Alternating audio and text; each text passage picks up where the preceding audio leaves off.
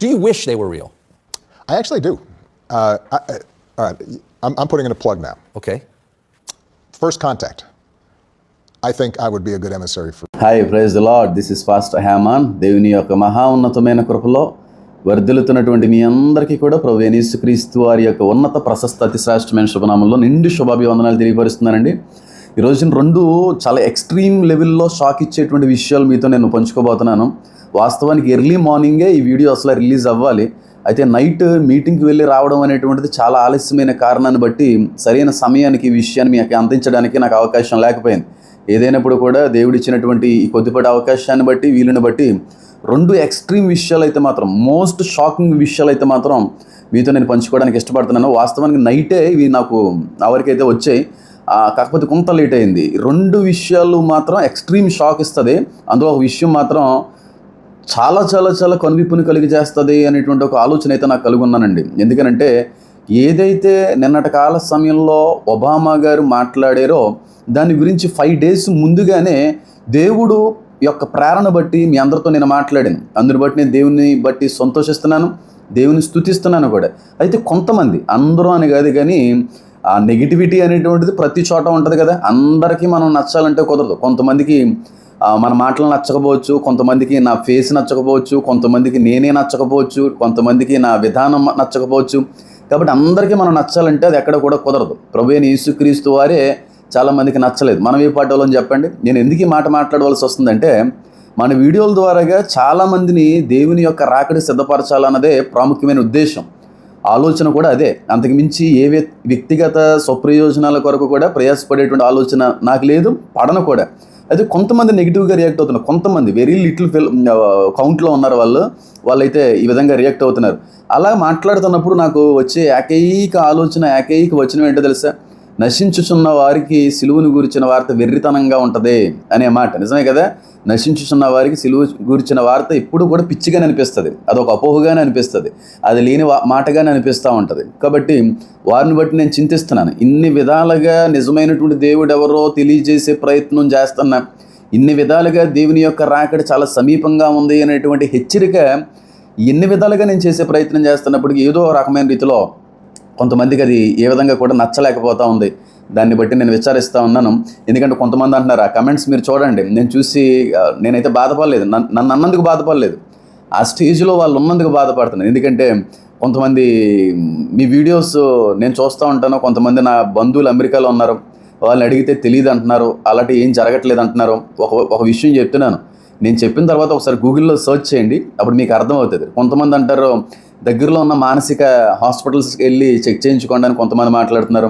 ఒక్కొక్కరు ఒక్కో రకమైన రీతిలో. నేను ఏం ఇబ్బంది పడట్లేదు, నేను చెప్పవలసిన బాధ్యత నాకు ఉంది, చెప్పే ప్రయత్నం నేను ఏం చేస్తానో. మీరు నమ్మడం నమ్మకపోవడం అనేటువంటిది అది వ్యక్తిగత విషయం. కాబట్టి రెండు విషయాలు అయితే మాత్రం జరిగినాయండి. అందులో మొట్టమొదటి విషయం సుమారుగా మీ అందరికీ తెలిసే ఉండొచ్చు.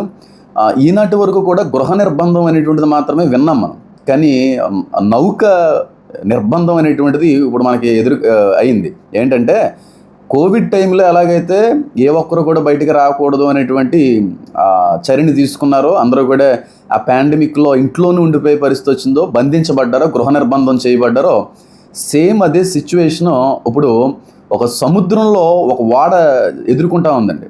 ఆ ఓడలో ఇంచుమించుగా 146 మంది ఉన్నారు. ఆ నౌకలో నిర్బంధించబడ్డారు. ఎందుకనంటే హాంటా వైరస్ అనేటువంటి ఈ వైరస్ సోకి ఆల్రెడీ 146 మందిలో 3 చనిపోయారు. ఇప్పుడు అది అంటువ్యాధి అని చెప్పి తేలింది. కాబట్టి WHO, world health organization, corona విషయంలో కూడా ఇది చాలా అప్రమత్తం చేసినటువంటి ఒక సంస్థ. కాబట్టి వీరు ఇది భయంకరమైనటువంటి అంటువ్యాధి, ప్రాణాంతకమైనటువంటి వ్యాధి. కాబట్టి ఎవరిని కూడా బయటికి పాస్ చేయడానికి, బయటికి తీసుకుని వచ్చే ప్రయత్నం చేయకండి. ఒకవేళ ఈ అంటుకున్నటువంటి వైరస్ కానీ బయట ప్రపంచంలోకి వస్తే మరింత తీవ్రమైనటువంటి పరిస్థితులు ఎదుర్కొనేటువంటి అవకాశాలు ఉన్నాయి కనుక అక్కడే దాన్ని ఉంచండి. అంటే 3 days నుంచి కూడా షిప్పు ఆ మధ్యలో అలా ఉండిపోయిందండి. ఆ నిర్బంధం చేయబడ్డారు చాలామంది. ఇంచుమించుగా ఒక 3-4 అయితే దగ్గరలో ఉన్న సౌత్ ఆఫ్రికా కూడా వాళ్ళు పంపించబడ్డారు. అక్కడ అత్యవసర చికిత్స కూడా అందిస్తూ ఉన్నారు. చాలా క్రిటికల్ వైరస్ అని చెప్పి WHO అయితే దీని గురించి మాట్లాడుతూ ఉంది. భయంకరమైనటువంటి పరిస్థితుల్లో ప్రాణం పోయే అవకాశం ఉంది, ఊపిరితిత్తులు పోతాయంట, కడుపు నొప్పి వస్తుందంటే దీని యొక్క సిమ్టమ్స్, వాంతులు ఎదురవుతాయంట. ఈ విధమైనటువంటి సిమ్టమ్స్ అన్నీ కూడా ఉంటే జాగ్రత్త పడండి అని ఆల్రెడీ WHO అనేటువంటి కూడా తెలియజేసింది. అయితే కరోనా అనేటువంటిది బ్యాట్స్ ద్వారాగా, అంటే గబ్బిలాల ద్వారాగా రావడం అనేటువంటిది జరిగిందని చెప్పారు. కానీ హాంటా వైరస్ అనేటువంటిది రాడెంట్స్ ద్వారాగా, రాడెంట్స్ అంటే ఎలుకలు, పందికొక్కులు, ఇలాంటి వాటి ద్వారాగా వచ్చేటువంటి వైరస్ అంట. కాబట్టి వాటి యొక్క ఫీసెస్, వాటి యొక్క మలమూత్ర విసర్జన ద్వారాగా ఈ వైరస్ అనేటువంటిది పుట్టిందని కొంతమంది శాస్త్రవేత్తలు కూడా తెలియపరుస్తూ ఉన్నారు. జాగ్రత్తగా ఉండడం ఎంతైనా మంచిది. ఎందుకంటే కోవిడ్ అనేటువంటి కరోనా కూడా ఎయిర్పోర్ట్లో ఒకరికి సోకింది, ఇద్దరికి సోకింది, ముగ్గురికి సోకింది. ఆ ముగ్గురికి కాస్త ఈ రోజున 150 మందిని పట్టుకుపోయింది. కాబట్టి ఏదైనా సరే చిన్ననాటి నుంచే, చిన్నగానే స్టార్ట్ అవుతుంది. అది చాలా ఎక్స్పాండ్ అయ్యి ప్రపంచ వినాశనాలను కూడా దారి తీసినటువంటి వైరస్లు చాలా వచ్చినాయి. కాబట్టి ఇదంతా ఎందుకు చెప్తున్నానంటే ఇలాంటివి వస్తూ ఉంటాయండి అని చెప్పి మీరు అనుకోవచ్చు. వాస్తవానికి అంత్యదినాల్లో అపాయకరమైనటువంటి రోగములు ఎదురవుతాయని చెప్పి లోకసువార్త 21వ అధ్యాయం 11వ వచనంలో ఆ మాట రాయబడదు. కాబట్టి తెగుళ్ళు, కరువులు పుడతాయి. దేవుని యొక్క రాకడకి దగ్గర సమయంలో వింతైనటువంటి, విచిత్రమైనటువంటి, ఆలోచనకు కూడా చెక్కనటువంటి ఎన్నో రకాలైనటువంటి వైరస్లు కూడా పుట్టుకొస్తాయనేటువంటి విషయాన్ని కూడా లేఖనాల్లో దేవుడు ముందుగా హెచ్చరించిన కారణాన్ని బట్టి మనం ఉన్నది చివరి దినాల్లో అనేటువంటి ఒక ఆలోచనలోకి మళ్ళీ మీ అందరినీ కూడా నడిపించడానికి నా యొక్క ప్రయత్నం. కాబట్టి జాగ్రత్తగా ఉండండి. ఎందుకంటే ఇది కానీ అందరికీ స్ప్రెడ్ అయితే మాత్రం చాలా తీవ్రమైనటువంటి పరిస్థితులు అయ్యే అవకాశం ఉంది. WHO కూడా తెలియజేసింది ఏంటంటే ఒకవేళ ఇది స్ప్రెడ్ అయితే, ఒకవేళ ఇది విచ్చలవిడిగా కానీ అందరికీ అంటుకునే ప్రయత్నం కానీ జరుగుతుంది, ఒకవేళ ఆ పరిస్థితి కానీ వస్తే మళ్ళీ పాండమిక్ని ఎదుర్కోవాల్సిందే. మళ్ళీ లాక్డౌన్ అనేటువంటిది కూడా ఎదుర్కోక తప్పదు. కనుక 3 రోజులైనా 30 రోజులైనా వాళ్ళని అక్కడ ఉంచండి. అక్కడ ఎంతమంది ఆ షిప్లో ఉండిపోయినట్టు ఏడుస్తున్నారండి. కొంతమంది అయితే మా ఫ్యామిలీస్ పరిస్థితి అలా ఉందని చెప్పి ఏడుస్తున్నారు. మా పరిస్థితి ఏంటో మాకు అర్థం కావట్లేదని ఏడుస్తున్నారు. ఇదంతా కూడా వాళ్ళు అనుకోలేదు కదా, అనుకోని విధంగానే ఎదురైంది. దేవుని యొక్క రాకడ కూడా అనుకోని సమయం నందే ఎదురవుతుంది. కనుక మనం అందరం కూడా సిద్ధపడాలనే ఆలోచనతో మీ అందరూ కూడా ఈ విషయం తెలియపరుస్తూ ఉన్నాను. ఇది మొట్టమొదటి విషయం. మెయిన్గా నేను ఇచ్చేటువంటి సజెషన్ ఏంటంటే మీరు పబ్లిక్ టాయిలెట్స్ కావచ్చు, మాల్స్లో టాయిలెట్స్, వాష్ ఏరియాస్లో కావచ్చు, అక్కడ కొన్ని టిష్యూ పేపర్స్ యూజ్ చేస్తూ ఉంటారు కొంతమంది. ఆ టిష్యూ పేపర్స్ని మ్యాక్సిమం అది వాడకుండా ఉండడం అనేటువంటిది కూడా చాలా మంచిది. వాటిని కొంతమంది అయితే అక్కడ ఉన్నటువంటి టిష్యూస్ని హ్యాండ్స్ తుడుచుకునే ప్రయత్నం చేస్తూ ఉంటారు. అక్కడ ఎయిర్ డ్రైవ్స్ ఉన్నప్పటికీ కూడా టిష్యూస్ని వాడుతూ ఉంటారు. వాటి మీద కూడా ఇవి యూరినేట్ చేస్తూ ఉంటాయి. ఈ ఎలుకలు అనేటువంటివి యూరినేట్ చేస్తూ ఉంటాయి. వాటిని మళ్ళీ మనం ముట్టడం, ఇలాగ మనం ఇలాంటి వాష్రూమ్స్కి వాటికి వెళ్ళినప్పుడు వాటిని ఉపయోగించడం ద్వారా కూడా వచ్చే అవకాశం ఉందని చెప్పి WHO హెచ్చరించింది. కనుక ఈ విషయంలో కొంచెం అప్రమత్తంగా ఉండడం ఎంతకైనా మంచిది అంటున్నాను. ఎందుకంటే అది ప్రాణాంతకమైనటువంటి వ్యాధి, అంటువ్యాధి. పైగా ఇప్పటికీ 3 మందిని అది చంపడం అనేటువంటి కూడా జరిగింది. కాబట్టి జాగ్రత్తగా ఉండండి.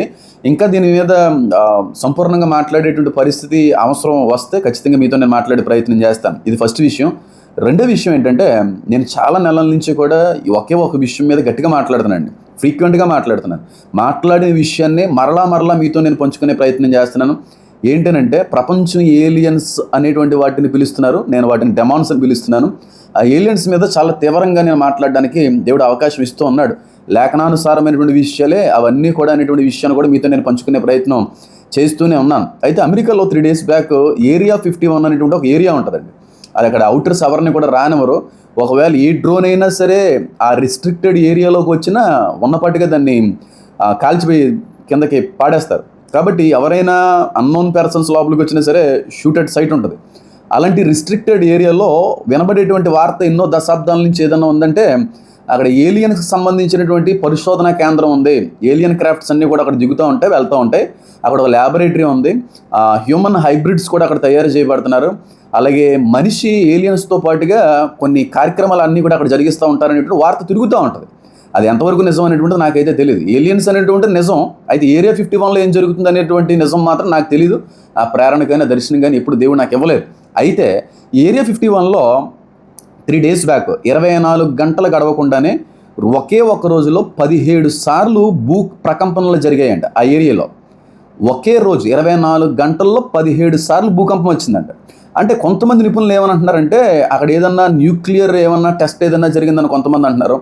కొంతమంది అంటున్నారు ఏలియన్ క్రాఫ్ట్స్ ఏమో అక్కడ పేలిపోవడం ఏదో జరిగింది. ఇది భూకంపం అయితే కాదు, ఇది చాలా చాలా విచిత్రంగా ఉంది. ఆ ప్రకంపనలు కూడా చాలా విచిత్రంగా ఉంది అనేటువంటి విషయాన్ని కొంతమంది నిపుణులు అయితే మాట్లాడుతూ ఉన్నారు. ఇంతకీ ఏది కరెక్ట్ అనేటువంటిది ఫ్యూ డేస్లో మనందరికీ తెలిసిపోతుంది. ఆల్రెడీ అక్కడ FBI ప్రైమ్ క్యాష్ పటేల్తో కూడా నిన్న మీడియా సమావేశంలో మాట్లాడి, క్యాష్ పటేల్ హీజ్ ఎన్ ఇండియన్ ఆరిజిన్ అయింది, ఆ వ్యక్తి కూడా డైరెక్ట్గా మాట్లాడింది ఏంటో తెలుసా, పూర్తిగా వాటి ఎవిడెన్సెస్ అన్నీ కూడా ప్రజలకు మేము అందించబోతున్నాం. మేబీ ఫ్యూ డేస్లో వాటికి సంబంధించిన ఎవిడెన్స్లు అన్నీ కూడా బయట పెట్టబోతా ఉన్నారంట. అప్పుడు ఎవరైతే ఏలియన్స్ లేవని అన్నారో, ఎవరైతే ఇంతకాలం నుంచి నేను మాట్లాడుతున్నటువంటి మాటలు ఏదో విధంగా తప్పుపట్టి ఇబ్బంది పెట్టాలనే ప్రయత్నం చేస్తారో, మరి వాళ్ళందరూ కూడా ఆ సమయంలో ఆ ఎవిడెన్సెస్ చూసిన తర్వాత మళ్ళీ వాళ్ళు ఏ విధంగా స్పందిస్తారనేటువంటిది కూడా నేను ఎదురు చూస్తూ ఉన్నాను. అయితే దాని గురించి కంటే కూడా ఇప్పుడు ఒబామా గారు ఉన్నారు కదండి, నిన్న ఈవినింగ్ ఒక ఇంటర్వ్యూ రిలీజ్ అయింది. మళ్ళీ అక్కడ ఉన్నటువంటి ఇంటర్వ్యూయర్ ఆయన అడిగాడు ఏమనంటే, ఏమండి మళ్ళీ అడుగుతున్నాను, ఇలా అడుగుతున్నాను, మీరు ఏమి అనుకోకండి, ఏలియన్స్ అనేటువంటివి ఉన్నాయంటారా లేవంటారా అనేటువంటి మాట అంటే, డెఫినెట్లీ అవి ఉన్నాయని చెప్తూ అవి ప్లానెట్ మీదకి అంటే ఈ భూమి మీదకి దాడి చేసేటువంటి సమయంలో నేను ఒక దూతగా కాపాడతాను అన్నాడు ఆయన. I think I would be a good emissary for. ఎంత ఆశ్చర్యాన్ని కలిగించిందంటే ఈ విషయం, అంత ఆశ్చర్యం కలిగించింది. ఎందుకంటే నేను చాలా నెలల నుంచి కూడా చెప్తా ఉన్నాను ఏమనంటే, ఏలియన్స్ నుంచి కాపాడడానికి వచ్చేటువంటి ఒక రక్షకుడిగా పరిచయం అవుతాడు యాంటీ క్రైస్ట్ అనేటువంటి వాడని చెప్పి. అయితే ఒబామాయే యాంటీ క్రైస్ట్ అని చెప్పడానికి నాకు కారణాలు లేదంటే ఆధారాలు బలంగా 90% నేను నమ్ముతూ ఉంటాను, ఒక 10% ఇంకా ఆధారాలు కావాలి.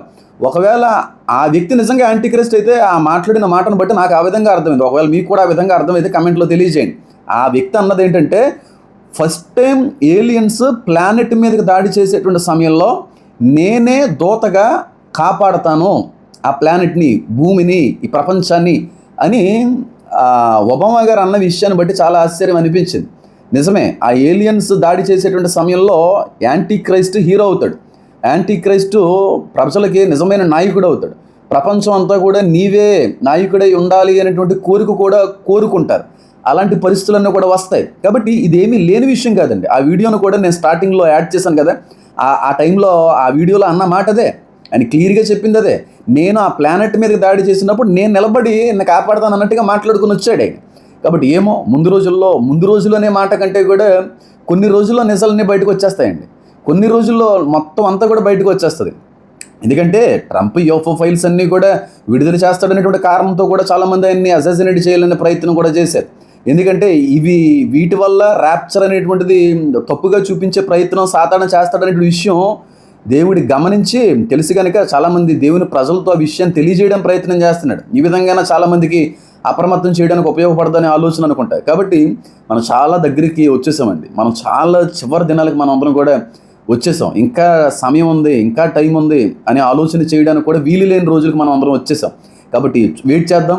రేపు ఫ్యూ డేస్లో కొన్ని రోజుల్లో ఆ ఎవిడెన్స్ అన్నీ కూడా విడుదల చేశారంటే ఖచ్చితంగా అవి భూమి మీద దాడి చేసేటువంటి రోజులు కూడా చాలా దగ్గరగా ఉన్నాయి అనేటువంటి ఒక అభిప్రాయంలో మనం అందరం కూడా రావాలని ఈ విషయాన్ని మీ అందరూ కూడా తెలియపరుస్తాను. కానీ ఒబామా గారు ఆ మాట అన్న తర్వాత మాత్రం లిటరల్లీ నేనైతే చాలా షాక్ అయ్యాను. ఎందుకంటే ఆ వ్యక్తి ఆ మాట అనడం అంటే షాక్ అది, కానీ ఇంత ఫాస్ట్గా ఆ వ్యక్తి ఆ మాట మాట్లాడతాడని అయితే నేను ఎక్స్పెక్ట్ చేయలేదు. అందు గురించి అయితే కొంచెం షాక్ అయ్యాను.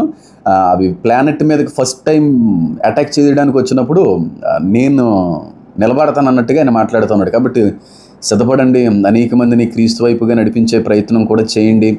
అవన్నీ కూడా అంత్యకాల సూచనలే. ఎన్ని విధాలుగా చెప్పినా సరే ఇంకా అర్థం కాకపోతే వాళ్ళు ఇంకేమీ కూడా రక్షించే అవకాశం కూడా ఉండకపోవచ్చు. కాబట్టి మత్తయి సువార్త 24, లోక 21లో ఉన్నటువంటి గుర్తులన్నీ కూడా నెరవేరుతున్నాయి.